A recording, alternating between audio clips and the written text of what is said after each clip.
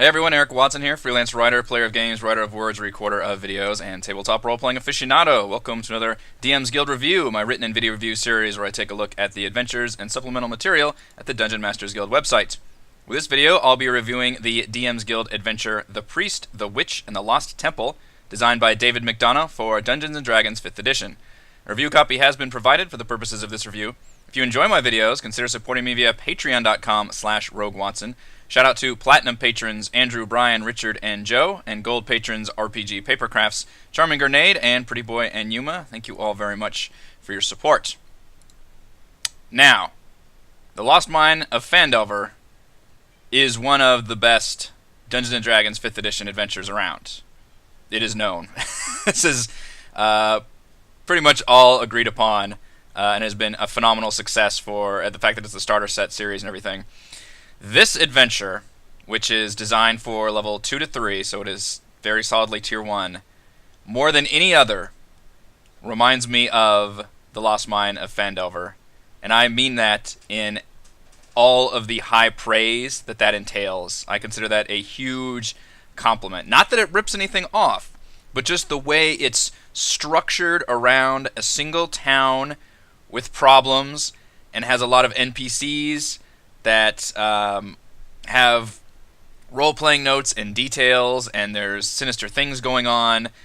Those basic themes remind me so much, it's not obviously the only adventure to do that, but just because The Lost Mine of Phandelver does it so well, it is a high bar, and I really feel like The Priest, the Witch, and the Lost Temple reaches that bar, which is to say I really, really love this adventure. As I mentioned, it is a tier 1 adventure designed for levels 2 to 3. The one bit of leveling, and I never like this.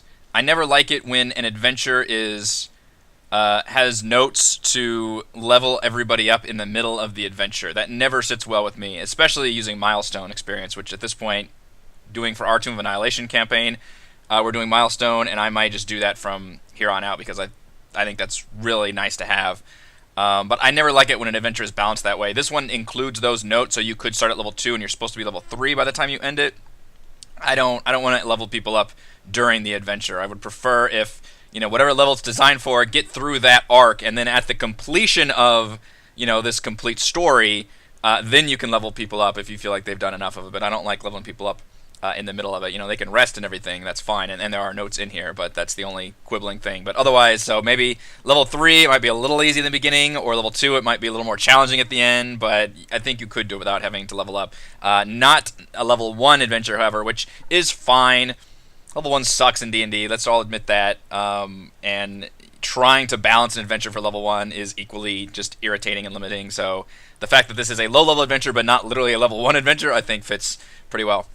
The adventure itself takes place in a town called Whitehaven, which, I'm not super familiar with the Forgotten Realms. I've played some D&D in the last couple of years, official stuff, so if it's not in those areas, then I don't know it. This one is in that area. It's actually north of the Princes of the Apocalypse region and smack dab in the middle of the Storm King's Thunder region, which is to say, Olapon's in the, the Sword Coast area. You can see right here. I don't think it's literally on a map. I don't know if the author specifically designed this place or if it's pre-existing, but that tells me that you could easily slot this into any Sword Coast campaign, especially Storm King's Thunder, even though the theme is not giants, it's undead, but just the area that it's in is exactly where people would be traveling around in Storm King's Thunder, as someone who played Storm King's Thunder.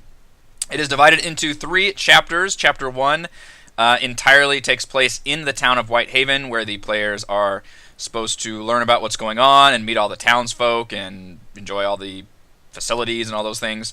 Chapter 2 involves kind of the side quests and them journeying out of Whitehaven in order to tackle some things. Again, this is that Phandelver part of getting those, Old Allowell and those kind of areas where it's these little side journeys.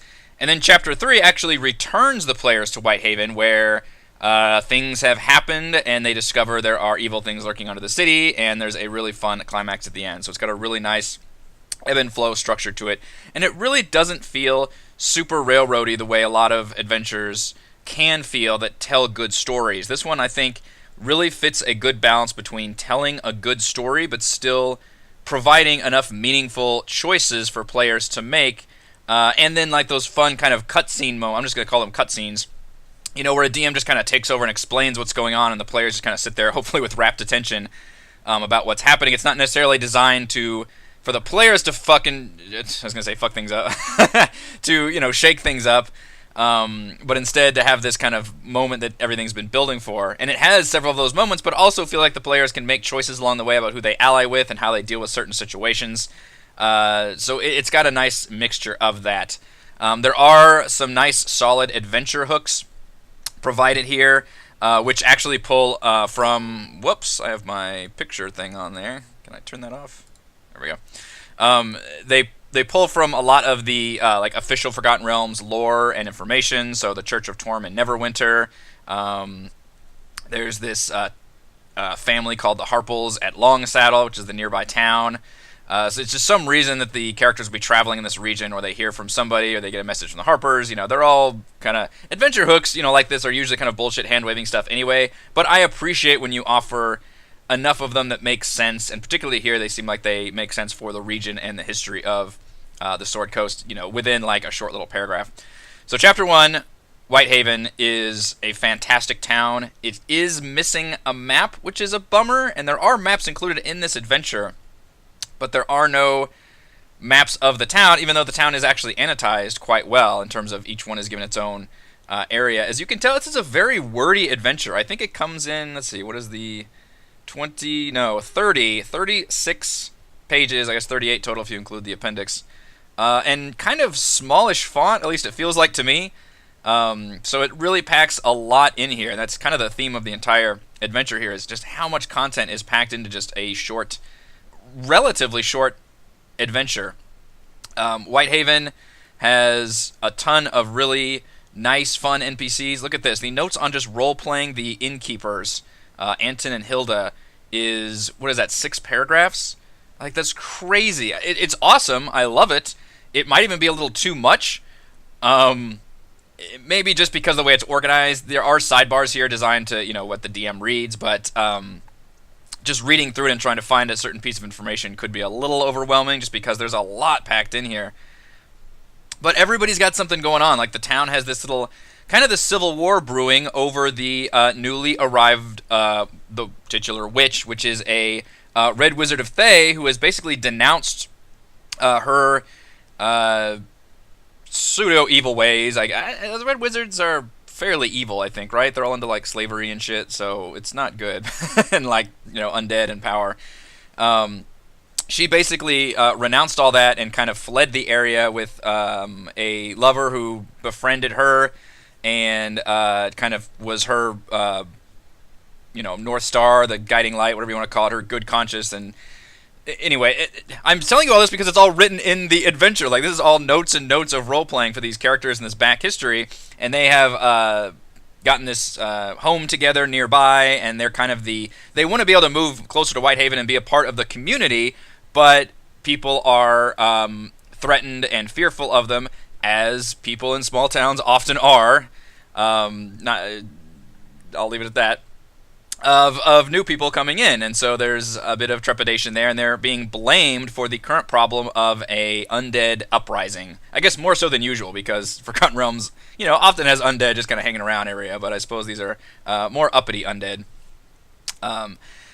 And there's a lot of notes about how these characters feel about the witches and how they feel about each other. And there's a blacksmith with a rebellious teenage daughter who works for the innkeepers, who are foreigners themselves. They are halflings that just have moved here, and they feel for the witch character Ashali, I think. And there's just a lot of good play that feels.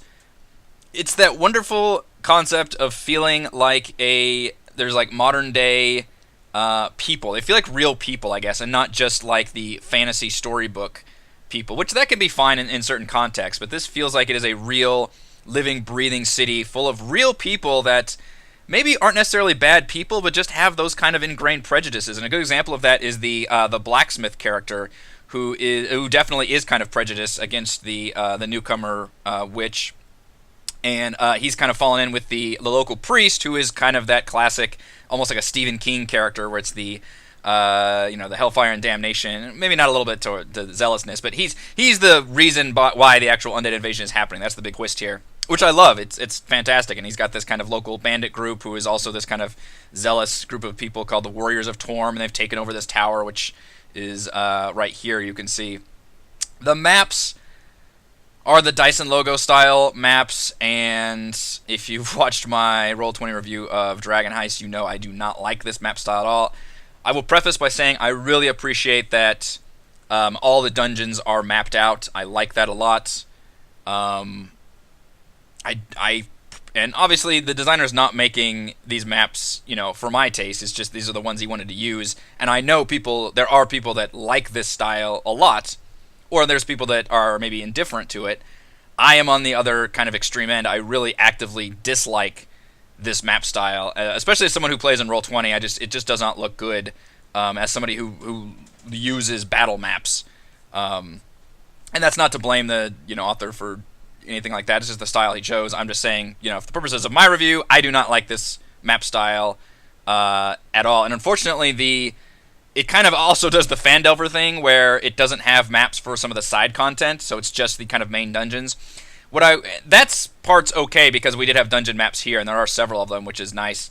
I was miffed to see that we didn't actually get a map of the town, though. I really feel like we could have used a map of Whitehaven because it is such a major location. The players do spend a lot of time there, and there are, I think, like 8 or 9 different buildings, and each building has somebody in it that can talk to the players and have this, this rich backstory and these multiple relationships. There's the farrier, who's an ex-harper, and he can talk to the adventurers, excuse me, and kind of give them the quest to go talk to the witch, a Shali character, and it's just everybody's got things for the characters to do, and that's what really reminded me of Phandalin in the town in Phandelver. And that's something I like my towns to do, is have those little yellow exclamation points above the people, and have everybody a reason for being there, I guess. And the fact that everybody gets these long role-playing notes is really fantastic as well. Almost too much. I don't want to. I always feel bad about complaining about too much content. It's something that happens in video games a lot when you have too much content. I think it's fine to include all of this. I think maybe it's just the way it's designed with you just stare at this and it's just paragraphs and paragraphs and paragraphs. Obviously, it's broken up between location and there's little headings for role-playing notes, but it is a lot. It is definitely a lot in here. I do like it, but maybe it could have just been, I don't know, slightly organized maybe a little bit differently, maybe create a different kind of sidebar for role-playing notes, condense them slightly. It's a lot in here. But I do like it, and there's a lot to digest, and a lot of fun opportunities for just this one chapter alone has good role-playing notes with all the people. You can explore like the temple ground, not the temple, the church and the crypt and all this stuff, which plays in the chapter 3 when it comes up. And obviously you can just explore the town. And there's combat because you can literally get a quest to rescue somebody who was arrested by this local group of, what is it called? The Warriors of Torm, which is kind of the church conscripted force by the priest, who is the actual villain, which there's a nice part where the players can actually meet with the priest while he's still not a undead creature, and that's a nice little moment of being able to, which that doesn't happen very often in D&D, where the players can actually interact with the villain and not, really fuck up the plans of what's going on. Chapter 2 involves meeting with the Witch of Whitehaven, which is that Shali character who is the ex-Red Wizard of Thay. It also includes all the side quests, which are fun. They're really nicely detailed. You can see here, like, it's not just a, random encounter of, you meet 2d6 goblins in the forest. It's that, oh no, these goblins, there's even a history here, like the goblins tried to take over this bear cave and killed a bear, but they lost some of their goblin buddies, so when the PCs arrive, the goblins still attack them, but then several of the goblins the dead ones rise up as zombies, and that's a whole other thing in there, which is really great. There's a crypt you can find with a fallen paladin who has been, again, the theme here is very, very touched upon with all of these events, and he's been risen as a revenant, but the knights under him were raised as shadows, and they're actually evil, whereas he has maintained his stoic neutrality, but he won't attack his brethren. There's a really nice role-playing scene actually here where he beseeches the heroes to attack the shadows for him because he won't do it, and he also says, "Kill me," because he also feels the pull towards necromantic evil, I guess, And I would roleplay that. I don't know if there's specific notes for that, as you still have to fight him. Like, he will still fight back. Like, he won't sit there and like literally commit suicide by proxy, because he does reward with some nice magical items. And there's some good loot in here, by the way, for tier 1. Holy crap. I almost feel bad for my campaign, because this is just for this one mini adventure. I say mini, it actually does feel pretty meaty.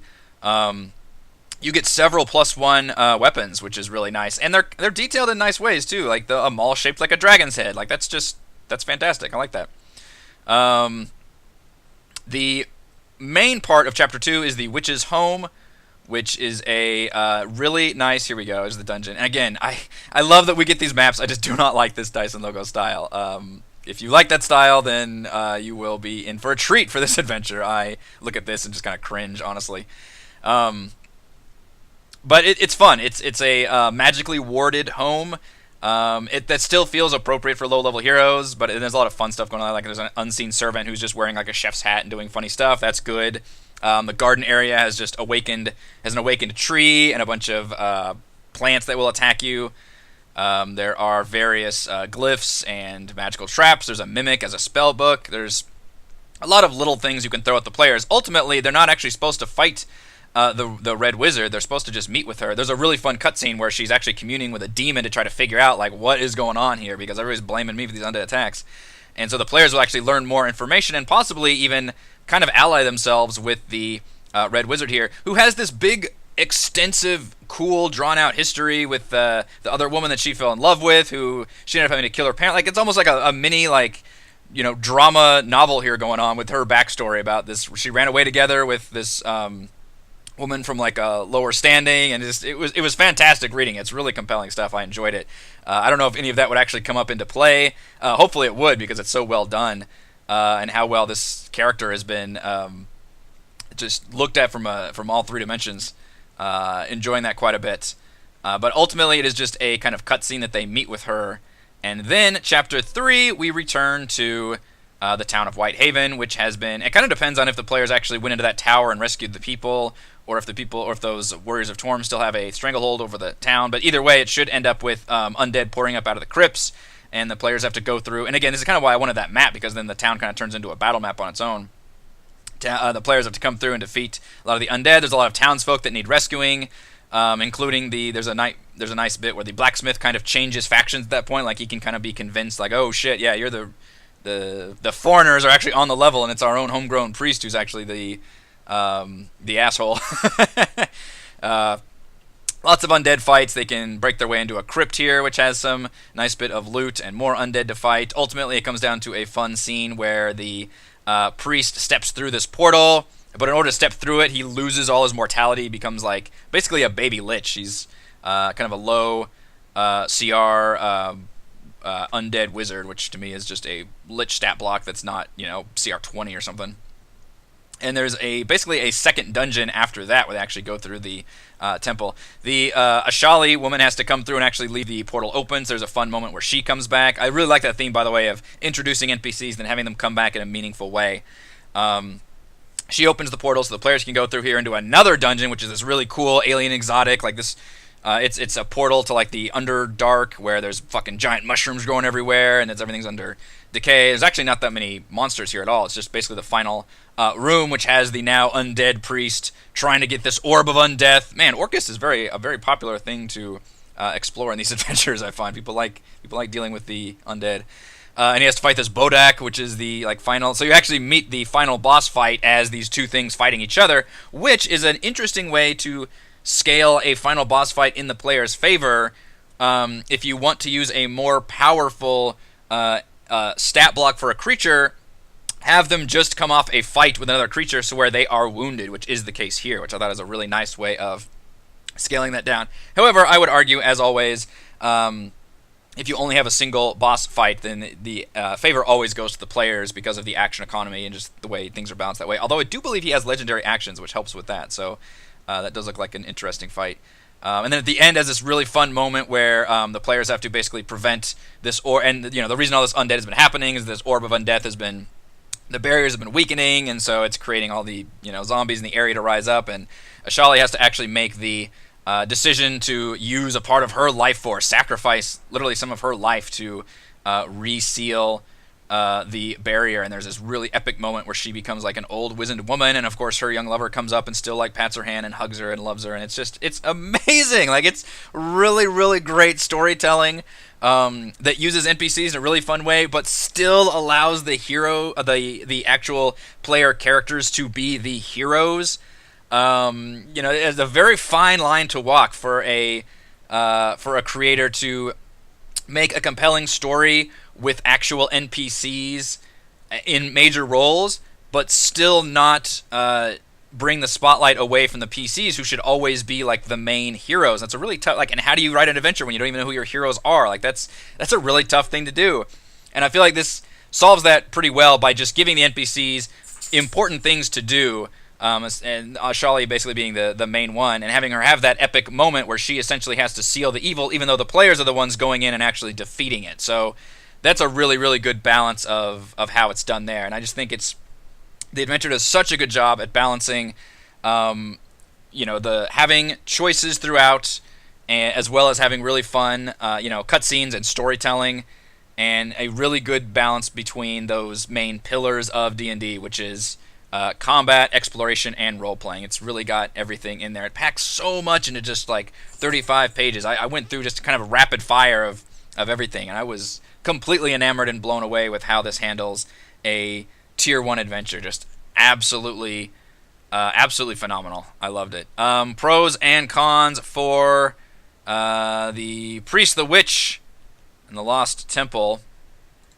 Pro: it packs in 4 distinct dungeon crawls: the Bandit Tower, the Mage's Magical Home, an Undead Crypt, and an Unholy Temple, and each one has a map. In fact, I think I've got it loaded up right here. Yes, so we can see right here all the maps as a separate. This is just the separate PDF, but they are included as separate map handouts, as picture handouts as well.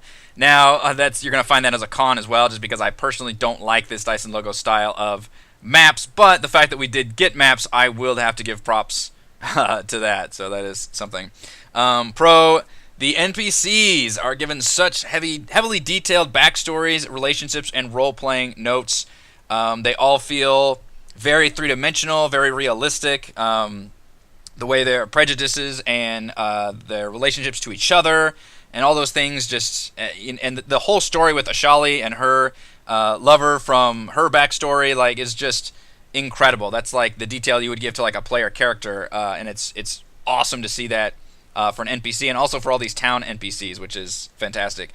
Pro: the intriguing side quests that take advantage of the Undead Uprising theme. That Chapter 2 has several side quests that they just kind of can stumble upon on their way to going to meet the witch, and it just kind of helps. It doesn't really feel too much like padding, because again, it fleshes out that theme of the undead, of the problems of this town seeping out actually into the surrounding area. So you've got the goblins coming back, and these the undead paladin, the crypt coming back. There was another one I didn't touch on, was the Uthgard tribe. These local barbarians in the hills also have problems with the undead coming back. So none of these side quests feel like they're just literally random encounters. They're all reinforcing the theme and setting of what's going on, while still having some really fun moments. And I especially like the idea of the Revenant, who is currently like staving off the call of like turning into an evil force himself, to where he's like, you have to kill me before I become evil. That was absolutely fantastic. And Pro: it has a really satisfying, fun, action-packed finale involving the whole town at the end in Chapter 3. So again, it's like that whole town is Chekhov's gun. Like, you introduce the full town, even the villain, everybody gets a say. The players are talking to everybody, and then they go off to Chapter 2, do these side quests, meet with the witch, come back to Chapter 3, and all of a sudden it's just a war zone. That's a fantastic way of structuring it, and I really liked it. My cons are basically all to do with the map. So basically none of the story or written content that I have any kind of problem with. I just loved all of that. My problem with the maps, and it's pretty quibbling. It's, I'm not a fan of the Dice and Logo style maps. That's on me. I know I'm not the only one, but I do know people like them. So it's basically just a very divisive art style, and I recognize that. And for me personally, I do not enjoy that style to where I would have to remake all of those maps. But my other con is that I really feel like having no map of the town is a huge misstep. I'm kind of okay with maybe the side quests not having maps, although those would be really nice to have. because a lot of them are kind of one-off battles. Like you could have just done a cave, just a generic cave map for the goblin encounter, and a generic little crypt, underground crypt map for the revenant and the shadows. But not having a map of the town when the town plays such a central role and is featured in Chapter 1 and Chapter 3 feels like a very missing feature in this otherwise very excellent adventure. So, final verdict. With a compelling, overarching story, detailed NPCs, multiple dungeon crawls, and a wonderful balance between combat, exploration, and role-playing, The Priest, the Witch, and the Lost Temple is one of the most complete Tier 1 adventures on the DM's Guild. Thank you, everyone, for watching this video review. You can see my written review at roguewatson.com. You can support my work at patreon.com/roguewatson. And you can follow our own D&D adventures here on my YouTube channel. Thank you.